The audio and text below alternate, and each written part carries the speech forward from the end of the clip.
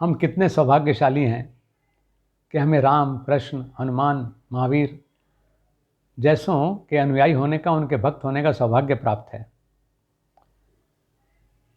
ये भारत भूमि है जहाँ पर दिव्य शक्तियों का अवतरण होता रहा, जिन्होंने पूरी मानवता को वसुधैव कुटुंबकम के आधार पर रोशनी देने का काम किया, सबको अपनाया, सबको प्यार दिया, सबको मार्गदर्शन भी दिया। अपनी अपनी आस्था के अनुसार सब लोग यहाँ से जीने की शैली सीखते रहे हैं। आज इसी परंपरा में हनुमान जी का जयंती पर्व है, बालाजी जयंती भी कह देते हैं। अकेले हनुमान जी ऐसे हैं जिनका वर्ष में 2 बार हम जयंती पर्व मनाते हैं। एक तो आज के दिन बाल रूप के उनका जन्म हुआ, और एक मनाते हैं हम दीपावली से 1 दिन पहले। मैंने सोचा कि ऐसा क्यों होता होगा, तो सहज उत्तर ये आया कि क्योंकि उससे पहले, यानी राम जी के विजय से पहले, हनुमान जी को उत्तर भारत के लोग नहीं जानते थे। जब राम को वनवास हुआ तो वहाँ पर हनुमान जी से उनकी भेंट हुई है, और हनुमान जी उनके बहुत बड़े सहयोगी हुए। और सहयोगी नहीं, वो राम के दिव्यत्व को जानते थे, वो राम के अनन्य भक्त हुए, और उस भक्ति भाव से उन्होंने वो सब कर दिखाया जो कि एक साधारण आदमी से कभी करने की कल्पना भी नहीं की जा सकती। और जब विजयी होकर के, लंका पर विजय प्राप्त करके वो लौटते हैं अयोध्या,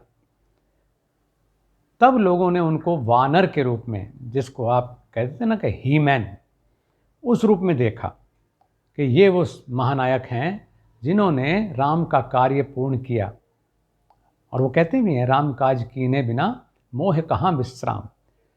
वो सिर्फ राम की भक्ति और राम के आदेश का पालन करने के लिए ही जन्मे हैं।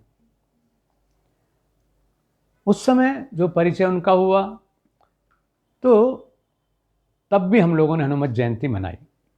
लेकिन कुछ भाई ये कह देते हैं कि क्योंकि हनुमान जी अष्ट चिरजीवियों में से हैं, इसलिए उनको जयंती न कह करके उनका जन्मोत्सव हमें मनाना चाहिए।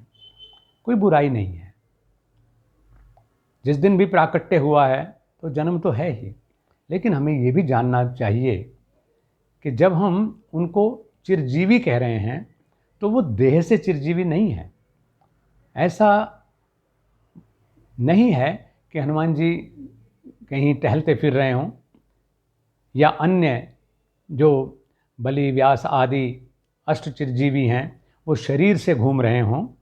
मेरे अनुभव में तो ऐसा नहीं आया, लेकिन हाँ, ये मेरा पक्का अनुभव है कि वो चिरजीवी हैं, यानी वो अपने सत्कर्मों से, अपने तपोबल से हमेशा रहेंगे। इस अज्ञानता की वजह से कि वो शरीर से भ्रमण कर रहे हैं, उनका जन्म दिवस मनाएं, तो उसकी पराकाष्ठा ये हो गई कि हम लोगों ने आम आदमी की तरह से, यानी उनको बजाय इसके कि हम अपने आप को उन्नत करके उनके धरातल तक पहुंचने की कोशिश करें, हम उन्हें अपने धरातल पर ले आए। और मुझे बहुत आश्चर्य हुआ, एक कार्यक्रम में मुझे आमंत्रित किया गया था। जब मैं वहाँ गया तो उन्होंने 100 किलो का एक बहुत बड़ा केक बना रखा था कि जी आपके हाथ से ये केक कटवाना है, क्योंकि आज हनुमान जी का जन्म दिवस है। मैंने ऐसा करने से साफ मना कर दिया, और इसलिए मना कर दिया कि एक गलत संदेश नहीं जाना चाहिए। हनुमान जी की जयंती पर आप केक काट रहे हैं, हनुमान जी के जन्मदिवस पर केक काट रहे हैं, ऐसा तो कभी न राम के समय में हुआ, न कृष्ण के समय में हुआ।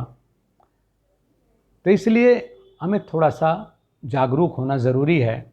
हनुमान जी का जो दिव्यत्व है उसको मरने नहीं देना है, बल्कि उनको छू करके हम अपने भीतर के दिव्यत्व को जगाएं, तब उसका लाभ है। आज शाम होते होते मैं इस पर चर्चा इसलिए कर रहा हूँ कि फिर अगर सेलिब्रेशन के रूप में देखें तो हनुमत जयंती अब आएगी दीपावली के समय पर, तब तक हम इसी भ्रम में जीते रहेंगे। मैं समझता हूँ कि आज हनुमत जयंती पर हम हनुमान जी के चरित्र का मनन करें। राम जी के लिए वो कितने अनिवार्य बन गए हैं, उनका आराधन करें। और हनुमान जी क्योंकि स्वयं राम के भक्त हैं, इसलिए हमें पता हो कि हनुमान जी की उपासना भी करनी है तो किस समय की जानी चाहिए, क्योंकि वो चिरजीवी हम उन्हें मान रहे हैं। हनुमान जी अगर चिरजीवी भी हैं तो वो सुबह उठ करके राम जी की आराधना करते हैं, राम जी की सेवा करते हैं। तो सुबह को हम हनुमान जी की उपासना करने का आज भी कोई विधान नहीं है। आपने प्राय देखा होगा कि हमारे जितने भी मंदिर हैं, धर्मस्थल हैं, वहाँ पर हनुमान जी का जो चोला चढ़ाया जाता है मंगलवार को, तो वो अपराह्न काल में यानी 3 बजे के बाद करते हैं। क्योंकि अगर जिस समय हनुमान जी सुबह स्वयं राम जी की सेवा में हैं, आप उस समय राम की भक्ति के करने के बजाय अगर हनुमान जी की भक्ति करने में लग जाएं तो हनुमान जी को डिस्टर्बेंस होता है। इतना संवेदनशील हमें होना चाहिए। लेकिन क्योंकि हनुमान जी राम के भक्त हैं, इसलिए हम हनुमान जी की भक्ति तभी कर सकते हैं जब हम राम जी की कृपा के पात्र बन जाएं और राम जी की भक्ति करें।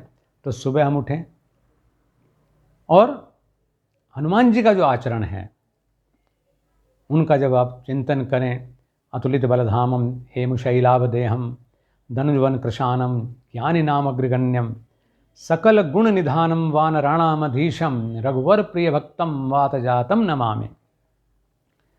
ये व्यक्तित्व है हनुमान जी का कि वो उनके अंदर बल कैसा है, देह उनकी कैसी है, वो आचरण उनका कैसा है कि दुष्टों के लिए वो महाकाल रूप है, ज्ञानियों में वो अग्रगण्य है, सारे गुण उनके अंदर हैं, सद्गुणों की खान है वो स्वयं एक राजा है, वानर यूथ मुख्यम, लेकिन उतने के बाद भी अहंकार हनुमान जी के चरित्र को छू नहीं गया है।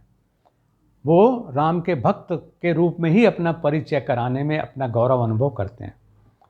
तो इस तरह से हम ये गुण अपने भीतर विकसित करें और शक्ति की जो साधना है वो हम करें। और उसके लिए आज बजाय केक काटने के, बजाय बर्थडे सेलिब्रेशन करने के, हम हनुमान जी के सच्चे भक्त बनने के लिए सुपात्र बने। और उसके लिए पहली शर्त है, पहली ज़रूरत है कि हम ब्रह्मचर्य का पालन करें। आज अगर हम सचमुच हनुमान जी के भक्त बनना चाहते हैं, क्योंकि उसको मैंने चखा है, हनुमान जी की मुझ पर अनन्य कृपा है, अनन्य कृपा है। मैं एक साधारण से जीवन शैली में रहते हुए, चाहे वो देह की साधना हो, चाहे योग की साधना हो, जो कुछ भी विलक्षण प्राप्ति है, उसमें हनुमान जी का बहुत बड़ा योगदान है। उनकी उपासना मैंने की है, उनके साथ रहा हूँ, रहता हूँ, इसीलिए उनका साथ मुझे मिला हुआ है। तो सभी हम लोग ये अपने जीवन में ढालें कि हम ब्रह्मचर्य को महत्ता दें। और ब्रह्मचर्य का मतलब सिर्फ ये नहीं है कि अविवाहित रह जाना। अविवाहित बहुत से ऐसे हैं जो लंपट घूम रहे हैं, उन्होंने ब्रह्मचर्य को छू करके भी नहीं देखा। और अनेक सद्गृहस्थी ऐसे हैं जो ब्रह्मचर्य का पालन करते हैं, यानी अपना वो आचरण करते हैं जिससे उनको ब्रह्म वर्चस्व की प्राप्ति हो। तो हनुमान जी का आशीर्वाद पाने के लिए केक काटना नहीं है, हनुमान जी के हैप्पी बर्थडे नहीं करना है, बल्कि थोड़ी देर के लिए हनुमान जी के पास बैठना है। सुंदरकांड के माध्यम से उनके पास बैठिए,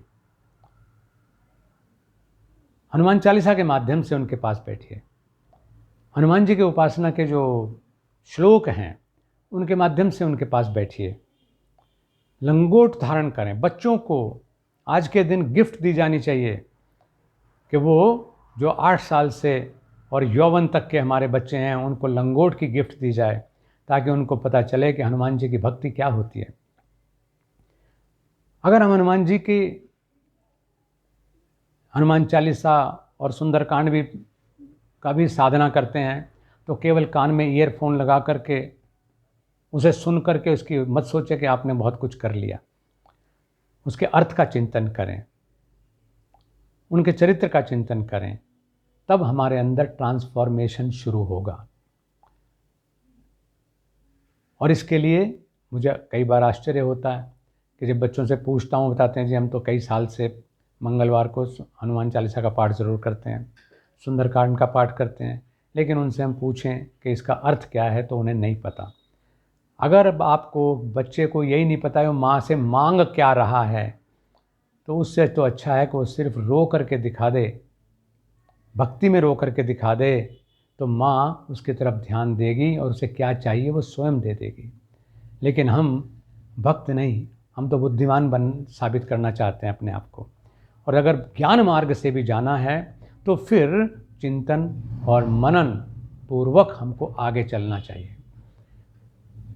जब मैं उनसे पूछता हूँ कि चौपाई का अर्थ क्या है तो नहीं बता पाते। ऐसा नहीं होना चाहिए। ये मैं जानता हूँ कि हम ठीक से भाषा नहीं बोलते तो भी माँ तो समझती है हमें क्या चाहिए। लेकिन माँ भी ये चाहती है कि मेरा बच्चा विद्वान बने, मेरा बच्चा ज्ञानी बने, मेरा बच्चा विवेकी बने।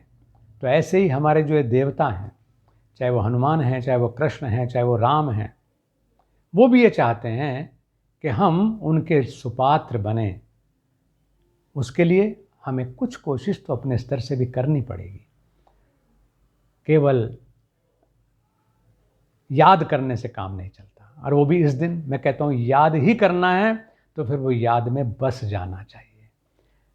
जब पूरी तरह से उसके प्रति हम समर्पित हो जाते हैं या उन्हें आत्मार्पित कर लेते हैं तो भी काम चलेगा। भक्ति में भाव हो, अध्ययन में चिंतन हो, मनन हो, और तभी हम अपने आप को अच्छा मनुष्य कह सकते हैं, क्योंकि परिभाषा ही है मननात मनुष्य। अगर हम सारे रिचुअल्स करें लेकिन मनन ना करें तो इसका मतलब हम इंस्ट्रूमेंटल हो जाते हैं, और इंस्ट्रूमेंटल होने से भक्ति नहीं होती है। भक्ति होती है कि हम समर्पण भाव में हों और विवेक पूर्वक कार्य करते हुए कहें कि निमित्त मात्र हूँ मैं तो केवल निमित्त हूँ प्रभु, आप ही कर रहे हैं जो कुछ कर रहे हैं। लेकिन इस कहने का तात्पर्य तभी पूरा होगा जब हम कार्य के पीछे विवेक का प्रयोग ज़रूर करेंगे। हनुमान जी के अवतरण दिवस पर मेरे पूरे समाज के लिए, मेरे पूरे साधक परिवार के लिए और समस्त तत्व जिज्ञासुओं के लिए रोम रोम से शुभकामना। हरि ओम।